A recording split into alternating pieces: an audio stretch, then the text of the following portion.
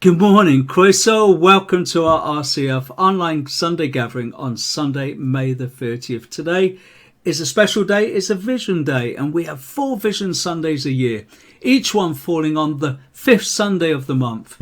And we just take a break from our usual seasonal preaching or whatever current series that we're on in order to remind ourselves of our vision and our values. And sometimes, like today, we invite somebody to speak into the life of our fellowship. And today we're thrilled to have Marc Owen from Moriah Baptist Church in Risca coming along to share with us some good news. You know, Marc is a good friend of ours, and he introduced us to the BUW several years ago. And Marc and his church are part of Forge Cymru and a partner on the Ethos Explore journey that some of our folks are currently on.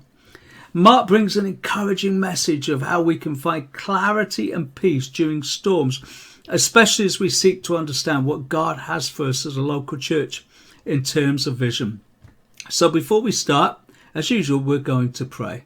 And we're going to pray and ask the Holy Spirit to help us and guide us this morning as we watch and we take part in this online gathering. So Father, we just thank you that your Spirit leads us and guides us into all truth. And I pray, Lord God, this morning as we open up our hearts to you, as we open up our minds to you, that we will have clarity as your Holy Spirit speaks into those deep parts of our lives. Father, we want to be changed. We want to be renewed. We want to know you in a much deeper way than we know you right now. Father, draw us to yourself as we draw close to you. Father, we ask this in Jesus' name. Amen. Bless you all. See you a little later on.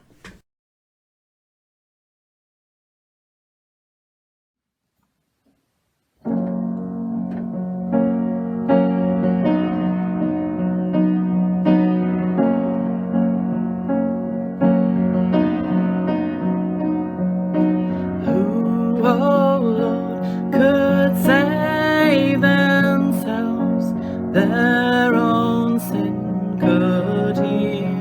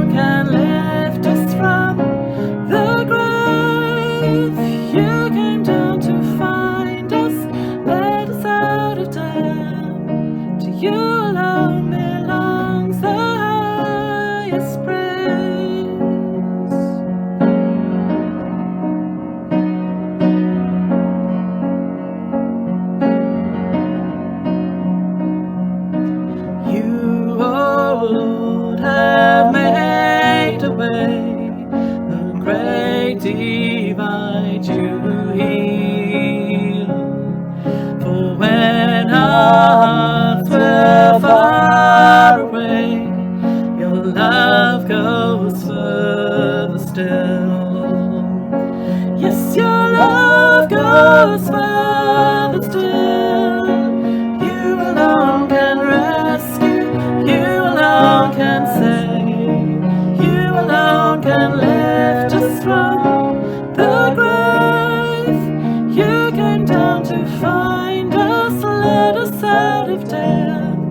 To you alone belongs the highest praise.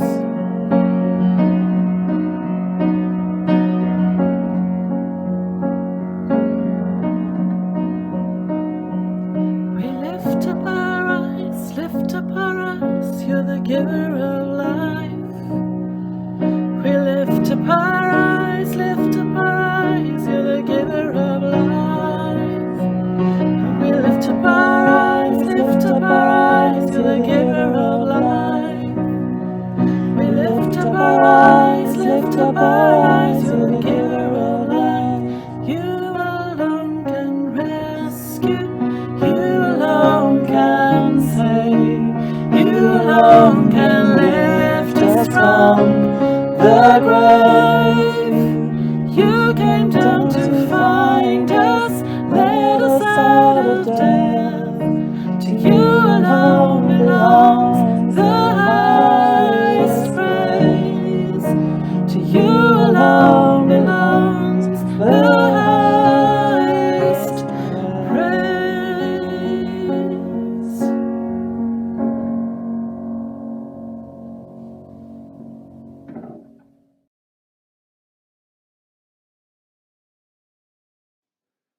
Hi there, my name is Marc Owen, and it's my absolute privilege to be able to speak today as you engage with your Vision Day.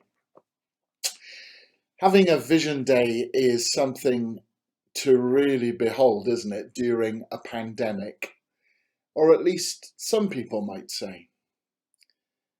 I appreciate that for many people, life is incredibly busy.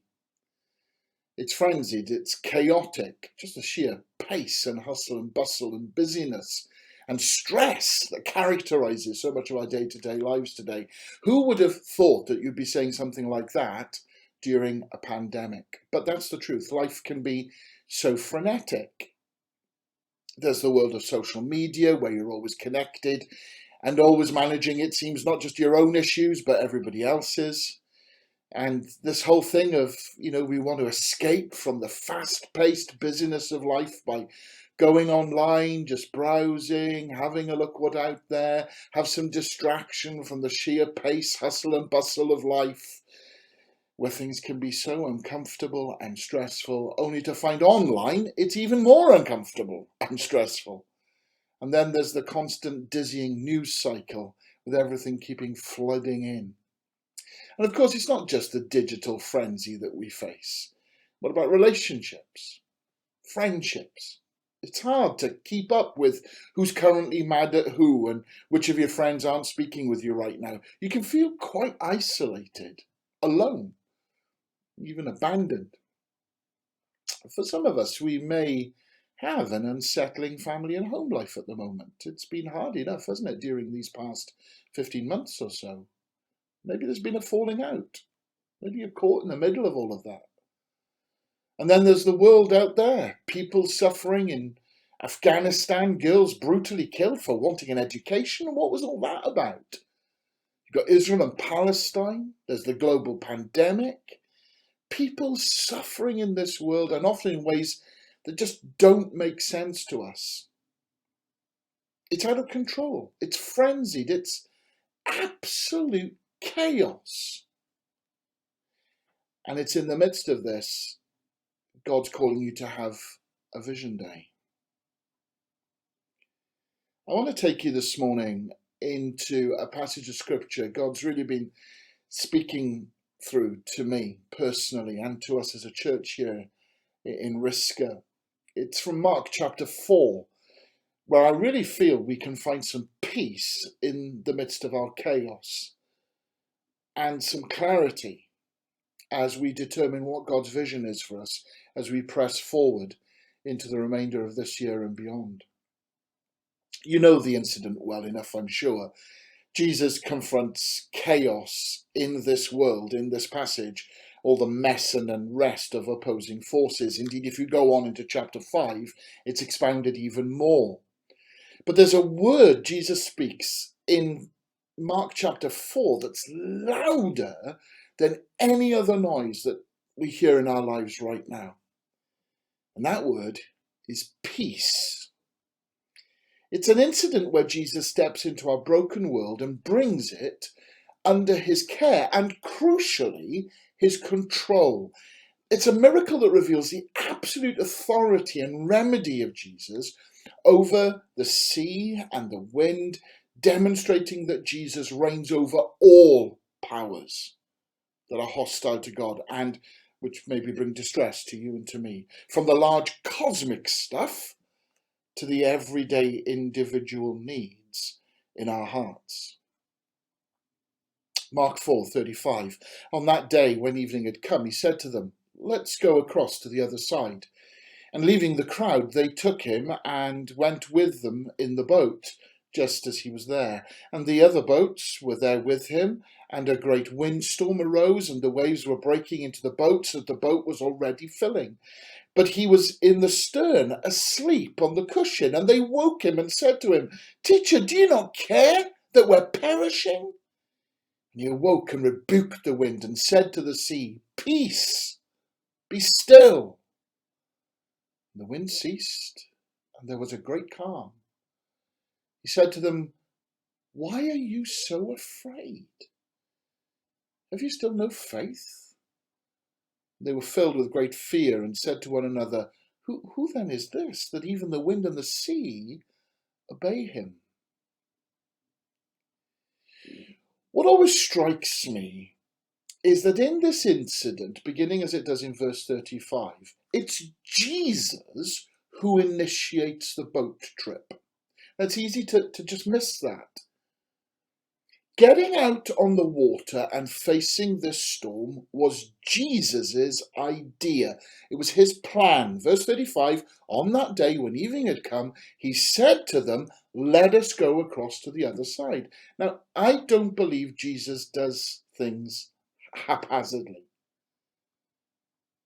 So I believe that today, as you have your vision day, this isn't an accident. This is deliberate and purposeful, part of God's plan and economy for you as a fellowship.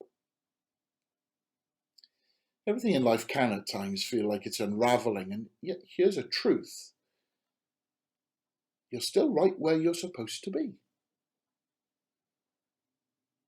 Too many of us, when we encounter difficulty or something that feels like it's beyond us, get disillusioned. We default to thinking that something must be wrong, and we want to get out of that situation, get out of that friendship, get out of that job.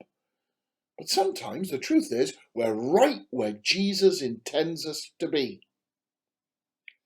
We've been reflecting a lot on that here at RISCA and indeed as a Baptist Union through our Forge missional training program, seeking to recognize that even in this pandemic and all that accompanies it, God is at work.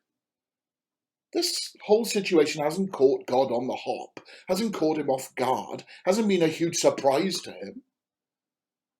As we seek to think about all that God would want us as a fellowship and as a union to be and be doing, we've pressed more and more into prayer and God's absolute sovereignty over everything. He's here, right now, in your home. However dysfunctional it might be proving to be at the moment, he's here. In your community, in my community, in your neighbourhood, my neighbourhood. He's here in this nation of Wales. He's working, and this is exactly where God would have us as his people be today. I have such a heart to see this nation experience a move of God. In all seriousness, I say that. But we must lean into prayer and his sovereignty if we're going to see that happen. What was he said to Israel? We use this passage again and again from 2 Chronicles 7. He says, if my people who are called by my name will humble themselves and pray, seek my face and turn from their wicked ways, then I will hear from heaven and I will forgive their sins and heal their land. In our passage from Mark 4, a storm comes. It begins to rip into the boat, fill it with water. And apparently it's a storm so fierce that even the disciples, some of whom were hugely experienced fishermen, are terrified. It's sudden, it's intrusive. And here's the next thing that strikes me. Jesus is fast asleep. Now, we obviously benefit from knowing this story already. We've heard it 100 times. We heard it from our youngest days. But just put yourself in the place of those disciples as it's happening for that first time. About now, you begin to think that Jesus is so out of touch. Everything is going wrong. Clearly, he just doesn't get it. And by the way, when life begins to scare us, how often are we tempted to turn on and even accuse the very people God has put in our lives to help us? We can do it to our parents, our spouse, our siblings, our kids. You do it with your work colleagues, even your church leaders. And you notice here that's exactly what the disciples do to Jesus. They ask him, don't you care? Of course he cares. The whole reason he's in this boat and on this planet and inside of our chaos is because he's going to die for them. Dare I suggest that what's happening here in the passage, as in our own lives, is that in moments of tension, moments of fear, our true beliefs get revealed. So in the midst of the pandemic, in the midst of Vision Day, in the midst of a pandemic, what do you believe about what God wants for you? About what Jesus is saying to you as a fellowship? Truth is, it's at times like this, we don't want a Vision Day. Our true fears are revealed, and we don't trust the Lord enough. Again, back to what the Lord said in 2 Chronicles 7, if my people who are called by my name will humble themselves and pray. Perhaps we need to stop being so bolshy and self-assured and try some humility. And on this Vision Day, let's humble ourselves and seek the Lord's face. Back to Mark 4, Jesus breaks in. He awoke and rebuked the wind and said to the sea, peace, be still. And the wind ceased and there was a great calm. He literally says, shut up. He silences the growling of fallen nature. He interrupts it, imposing his sovereign power and authority on unwieldy forces. He said to them, verse 40, why are you so afraid? Have you still no faith? And you notice what happens next in verse 41. They were filled with great fear. They go from one fear to another fear. They ask, who is this, that even the wind and the sea obey him? Well, he's the one who created the land and the sea. See, they'd taken Jesus just as he was, and now they see him for who he really is.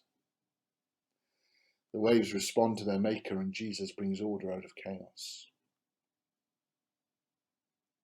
Do we have a proper sense of the sheer awesomeness of Jesus? If not, then the chaos we often encounter in this world will be, overwhelming.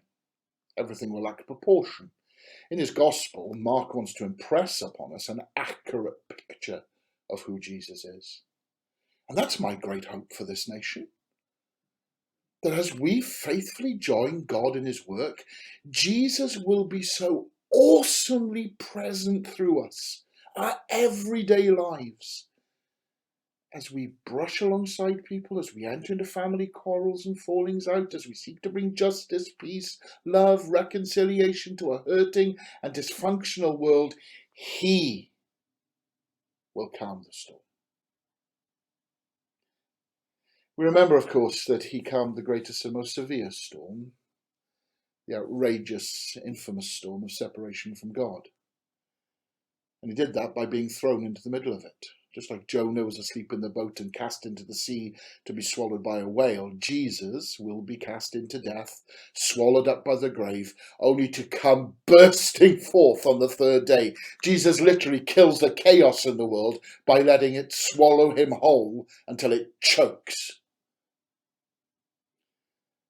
So as I wrap things up, I wonder what Jesus is saying to some of us right now. What's he saying to you personally about your own life? What's he saying to you as a fellowship on this Vision Day?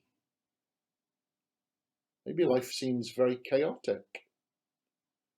Maybe as a fellowship you're wondering what on earth the future will hold. Maybe there's some fear, bewilderment. I believe God is speaking. I believe God wants to bring peace and healing in the midst of chaos. And I pray that we will humble ourselves and pray and lean into him more and more during this day, and indeed in the days, the weeks, the months, the years ahead. God will have his way with us. The Lord bless you richly as you meet today.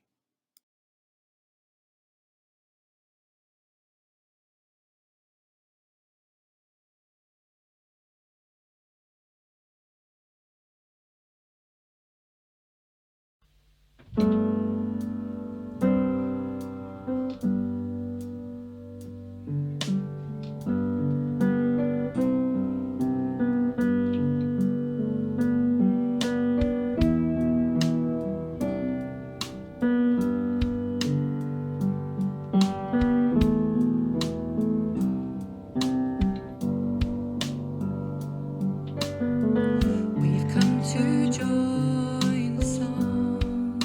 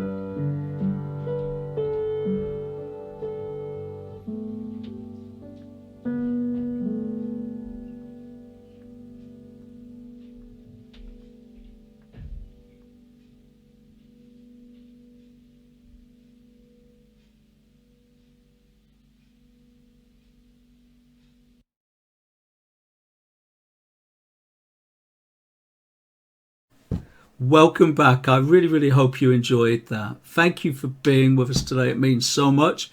And if anything that's been said has been of encouragement to you, please drop us a line.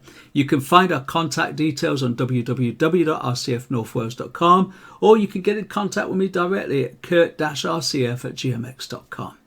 So how did you get on last week remembering Matthew 6:19-21? I really hope you give it a go, because you will thrive and grow as you invest in God's word. Press in, and if you need help, then we're here to encourage and support you. You know, we encouraged you last week to remember to read the 11 pages of chapter 1 of Hide This in Your Heart by Mark Frost and Graham Joseph Hill, full of great stories of those who made it their practice to invest and memorize scripture. But there was one poignant story that really got to me about an American airman who ended up in captivity and became desperate to recall scripture that he learned in Sunday school, but had lost it in the midst of time, and yet he longed and yearned for the comfort that he knew it would bring, and he made up his mind that when he got back that he was going to do something about it. So this week, it's a slightly longer chapter. It's 15 pages. It goes on to challenge our view of the gospel and continue to encourage us to dig really deep and get God's word firmly embedded to our very core. This week's Bible verse is a wonderful one as we think about releasing our finances in order to bless. And you can find it in Matthew 6:2-4. And it seems like a long one, but I promise you it's not too difficult. Try and find a pattern or a rhythm in it as you begin to recite it. And it goes like this. So when you give to the needy, do not announce it with trumpets as the hypocrites do in the synagogues and the streets to be honoured by others. Truly I tell you that they have received their reward in full. But when you give to the needy, do not let your left hand know what your right hand is doing, so that your giving may be done in secret. Then your Father who sees what's done in secret will reward you. Remember the tips that we've showed you. Write it out. Stick it to your fridge door. Whenever you say it out loud, think and pray about how you might apply it to your own life, and go and do something about it. Bless someone without your left hand knowing what your right hand is doing. Again this week, share your efforts on WhatsApp or Facebook, because it's so encouraging to see. And don't forget to review the ones that you've already learned, because this is very important, and we'll show you more about reviewing as we go along. Remember, make it fun. Practice with one another. Use it in conversation. Test one another. In fact, ring me and test me. It's good to get me on the spot, you know. Keep in touch and send us your stories. Next week is All Sorts, and we're looking forward very much to our All Sorts journey continuing. So right now we're going to pray, and we're going to pray our church prayer, and we're going to say the grace together.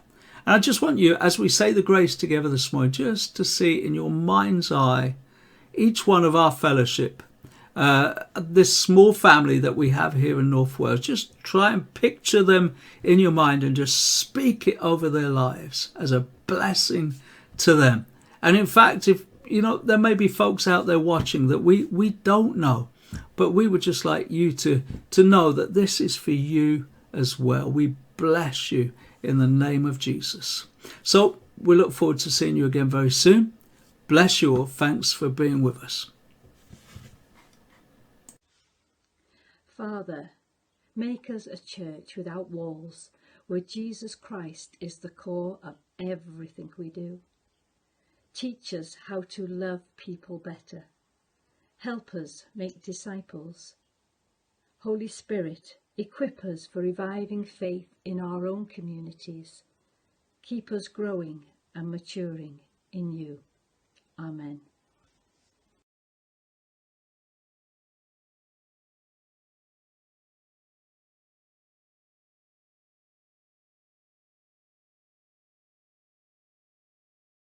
And may the grace of our Lord Jesus Christ and the love of God and the fellowship of the Holy Spirit be with you all evermore.